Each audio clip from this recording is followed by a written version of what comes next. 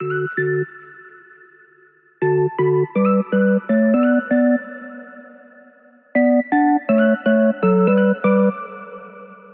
everyone, it's Amber from The Sensible Mama. It is a gorgeous, gorgeous day out today. I just got done skating around in my warehouse and I thought I'd just open the garage door and film something sort of from the hip. If you've been around for a while, then you already know it's Friday, so today is my wild card day. If you're new here, my name is Amber. I'm the owner of thesensiblemama.com. We're an online baby boutique, and this channel is devoted to educate, equip, inspire, and share, and everything related to motherhood and parenting and all of that stuff. So on Mondays and Wednesdays, I upload videos all about really like practical motherhood matters. But on Fridays, I kind of post about whatever is on my mind. Sometimes it's about skating or mental health or marriage or whatever else that may be. And today, I wanted to talk about mental health. If I look tired, it's because I am. Sorry. I do have Duncan though. I've had quite a few people ask me to sort of elaborate on how I got into therapy, how I found my therapist, and kind of just talk about the process of it.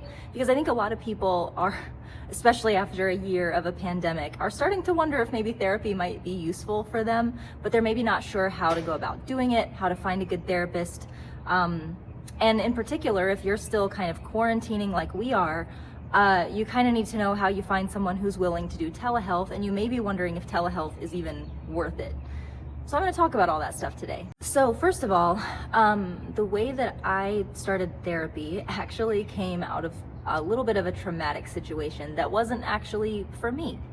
I had a situation in my family that started to feel a little bit like a crisis, and we were kind of monitoring this person's emotional and mental state. There were some things going on that were starting to feel dangerous, and that's really all I want to say about it. So I asked this person, do you consent to me looking for a therapist or a psychologist for you to speak to, because this is feeling dangerous? And that person did consent and say, yes, I think that maybe I need to speak to someone. So I said, great, I will take care of that for you. But because this person was in crisis, like I would never, like in a normal circumstance, recommend you going out and looking for a therapist on behalf of someone else, but this was a special circumstance. So I began reaching out to therapists in our area. I used a website called Psychology Today, and I so strongly recommend this website. I'll link it down below. If you go there, you can find all of the therapists in your area. It has them parsed out by those who do telehealth, and I think in those who don't. So you can easily find folks who are doing telehealth or in-person therapy. You can see their bios and kind of what kind of therapy they specialize in, and you can reach out to them. So that day I reached out to every single therapist in this area by email, and I explained the situation that I was in to them. This is gonna be a really important point in just a minute, because I think a lot of the reason why people start therapy and drop out is because they have a bad experience with the wrong therapist, and they come to assume that all therapists are ill-equipped or all therapists are not able to give them what they need. And my situation really highlighted that to the nth degree. So this email that I sent out to all of these therapists was very much like, we are in crisis. We are afraid that this is a life and death situation. Please help us. We need someone more equipped than us to handle this situation. I should note, I'm a motherhood channel, so I just need to go ahead and let you guys know this person was not a minor. These are not my children. This is an adult. And when I explained the situation, which really was a bad one, every single therapist except for one responded with a very kind of like short and curt reply that was like, will you be paying by credit card, or do you have insurance? And that may very well be the standard protocol, but for me, it was very upsetting to have just explained a really terrifying crisis that we were going through, and having someone respond with absolutely zero empathy or acknowledgement of what was happening in our lives at the time. However, later on in that day, there was one therapist who emailed me. He said, here's my phone number, please give me a call. I am willing to do this even if you can't pay me, but I do need some more information. Let's talk. This was the only person who really made me feel like he listened and he heard. And he made me feel like he was concerned for me too, as the person who was thrown into this crisis, right? So I did end up speaking to this therapist. I explained to him what was going on, and he, from an ethical standpoint, said, this is what we're dealing with here is beyond what I am certified or even specialized in. I cannot help you. But here is the number of the local crisis center, and he gave me a whole bunch of other phone numbers. He said, we might be in a like involuntary hospitalization situation. Here's what you need to do next, and walked me through that process. Now, it turned out that the situation was resolved. That person is healthy and doing good now. And thankfully we were able to put that scenario behind us. And I know that seems like, oh, it just fixed it. It did not just fix itself, but that's all I want to say about that situation.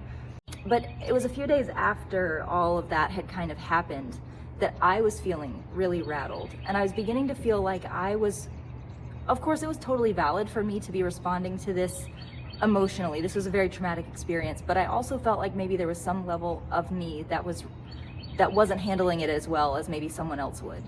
So I reached back out to this therapist who had helped me through that crisis, and I said, I looked at your website, I see that you specialize in PTSD and trauma and a lot of things, but he also had a sentence on his website that said, I'm here to help people who don't know what they need. And so I wrote to him and I said, that is me. I don't know what I need. I don't know what I need. I don't know what's wrong. I can't pinpoint any like trauma from my past, but I know something is wrong and I need help. And he reached out to me immediately. He scheduled a free consultation for us to just get to know each other. We didn't dive right into therapy. He didn't start asking me about childhood traumas or anything like that. We just talked for about 45 minutes and it was a free session. And I got just a really good sense from this person. Now, this was telehealth. I will talk a little bit more about telehealth later, but I got so lucky that this person just jived really well with me. And I think there's two reasons why this person ended up being my therapist for good. First, he was the only one out of everyone who I reached out to who responded to me with compassion and empathy. He showed me that he really did care about people over profit. Or how he was going to get paid in general. But two, we clicked and I had a free opportunity to meet with him and talk to him. In the past, I have tried therapy and it went really badly. She and our interactions felt a lot like middle school interactions. To me, it felt like there was one-upmanship from her. She would say things to me like I would say, I feel like I hate this person, and she would clutch her pearls and say, I have never experienced hate towards anybody. And I left most of those sessions feeling ashamed of myself and judged and criticized. And maybe that's how she plans on reaching people, but for someone like me who is very sensitive to criticism, that didn't work for me. So I became one of those people who walked away from therapy like, if that's what therapy is, then forget it. So I walked into this new situation with my new therapist feeling approved of and validated and accepted. And as time went on and we built a relationship talking about current things and past things or whatever, he became more and more able to reveal things to me that were illogical thinking, bad misperceptions of myself and things like that. But we had established trust first. And I feel like that's an important thing to consider when you're thinking about a therapist for yourself is, do I feel trust with this person? Does this person relate to me in the way that I need to be related to? Some people need a therapist who is going to just absolutely call them out on things. Like some people need a more gentle approach, and the gentle approach is what I needed. And I had to find that in order to finally be happy with therapy. All of my sessions with my therapist have been via telehealth, and it's not what you might think when you hear the word telehealth, which sounds like it's on the phone. It's more like a Zoom call, the way that we do it. So we have cameras set up, there's a chat function that's in there that we're able to use with each other. It feels like you're in the same room together, even though you're not. And so if you're someone who's wondering, like, do I think telehealth would work for me? I think that especially after a year of all of us having to get used to screens in the first place, I think it probably won't be the kind of adjustment that you think it would be. And for me personally, as someone who has done therapy in person versus telehealth, I don't know if I would ever go back to in-person therapy. Because I tend to get really uncomfortable when I'm face to face with someone. I start fidgeting, I start becoming really self-aware, and not in a good way. Like, I'm aware of every little movement of my body. I'm worried about just a lot of things that I don't personally feel affect me while I am in therapy. On telehealth, I'm in my office usually. I have things that comfort me all around me. I'm in an environment that is comfortable to me, not a new kind of sterile environment. And for me, that's been really awesome. Maybe we should talk kind of quickly about what it costs for therapy. I'm not an expert on this. I have only done therapy with 2 different therapists, but both times here in the state of Georgia, my therapy was about $125 a session. Now, my insurance does not cover. I'm self-employed. I don't have insurance that covers mental health. A lot of insurance companies do these days cover mental health, so always look into that if you can try to get some of that cost absorbed by your insurance. But for me, I'm paying about $125 per session. I've heard in some areas it's much lower than that. In some areas it's much higher. So I'm feeling like maybe what I'm paying is a good median estimate. I go every week for now. The plan is not to continue going every week, but while we're sort of establishing what is healthy and what isn't, establishing what my past traumas are that are impacting me now, these are just things that you kind of need that weekly reaffirmation, that weekly work. But our goal is obviously not to be in therapy every week. The goal is to reach a healthier place where I don't need that weekly revisit. So what are the things that I'm talking about in therapy? I feel like everyone is going to have a different kind of area that they're working on in therapy. For me, my therapy tends to cover little t traumas. So there are big T traumas like major loss, abuse, neglect, anything that's likely to trigger PTSD, going to war, things like that. That's like big T trauma. I don't really have big T trauma in my life, but I have a lot of little t trauma.